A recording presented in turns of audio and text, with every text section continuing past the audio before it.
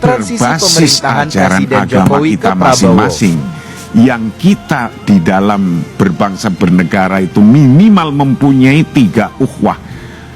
Ukhuwah Islamiyah itu harus dipegang, yaitu persaudaraan antar seumat. Ukhuwah Basyariah kita harus mempererat, yaitu persaudaraan antar individu manusia, Basyariah. Tapi ini harus ditingkatkan dari 2 ini, harus ada ukhuwah watoniyah, yaitu persaudaraan sebangsa setanah air. Alhamdulillah terjaga sampai hari ini, maka bisa hidup bersama-sama. Jangan sampai hanya karena politik 5 tahunan sekali, kemudian ini ukhuwah ini bisa pecah, berubah. Gimana caranya masyarakat juga bisa mulus begitu untuk menerima ya bahwa presiden kita adalah Pak Prabowo dan Mas Gibran Rakabuming Raka sebagai wakil presiden terpilih. Ini dari sisi masyarakatnya gimana tuh Pak? Kita orang yang beragama, ajaran agama kita sudah menjelaskan dengan gamblang sekali tadi. Karena di Indonesia sudah ada aturannya, ada nizamnya, ada undang-undangnya. Sudah terpilih, sudah.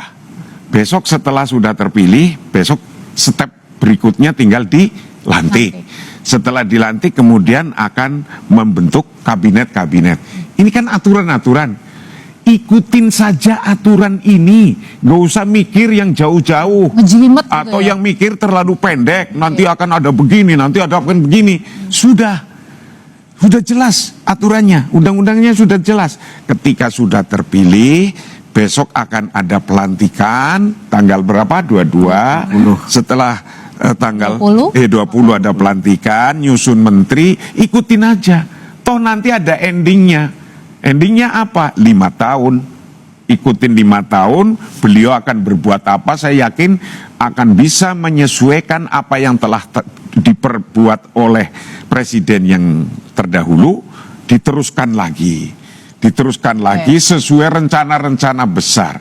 Ya, yang pertama kita harus menerima hasil pemilu itu sebagai bagian dari konsekuensi kita memilih sistem demokrasi. Sehingga terpilihnya Pak Prabowo dan Mas Gibran itu tidak hanya kemenangan bagi beliau berdua, tapi menurut saya itu adalah kemenangan bangsa Indonesia. Karena pemilu yang damai, pemilu yang tertib, itu menjadi bagian dari kedewasaan kita di dalam berdemokrasi. Kemudian yang kedua, mari kita memberi kesempatan kepada beliau berdua untuk memimpin penyelenggaraan negara. Itu menurut saya konsekuensi dari demokrasi, dan terpilihnya beliau, kita beri kesempatan beliau untuk bekerja. Dan beri kepercayaan. Kemudian beri kepercayaan, itu yang ketiga. Nah yang keempat, tentu kita harus menjadi warga negara yang aktif dan partisipatif. Nah, saya kira kita harus menjadi warga negara yang aktif dan partisipatif untuk kebaikan bersama, untuk Indonesia maju, Indonesia emas. Karena membangun bangsa bukan hanya tugasnya presiden, bukan hanya tugasnya menteri, tapi juga kita sebagai masyarakat bersama. Terima kasih Pak Marsudi, terima kasih Pak Muti. Terima kasih. Selamat malam, sehat selalu semuanya.